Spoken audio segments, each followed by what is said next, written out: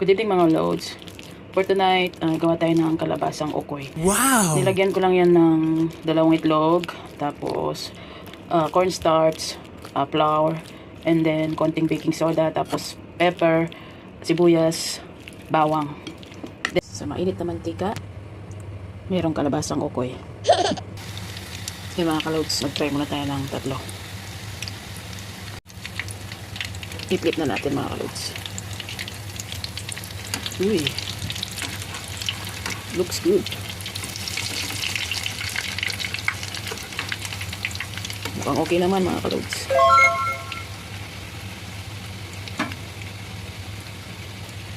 Prito pa natin yung iba. Itong kalabasa na ito mga kaloads, tira ko lang to itong sa niluto kong pinakbit. Diba, nagawan ko pa ng panibagong dish.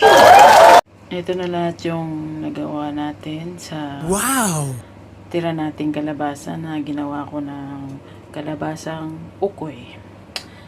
Ayun guys, kailangan madiskarte lang tayo sa buhay.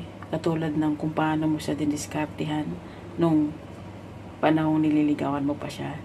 Kailangan madiskarte ka din sa pagluto ng ulam para mabuhay mo siya ng maayos. Chars. Etchos lang yun mga kaloads.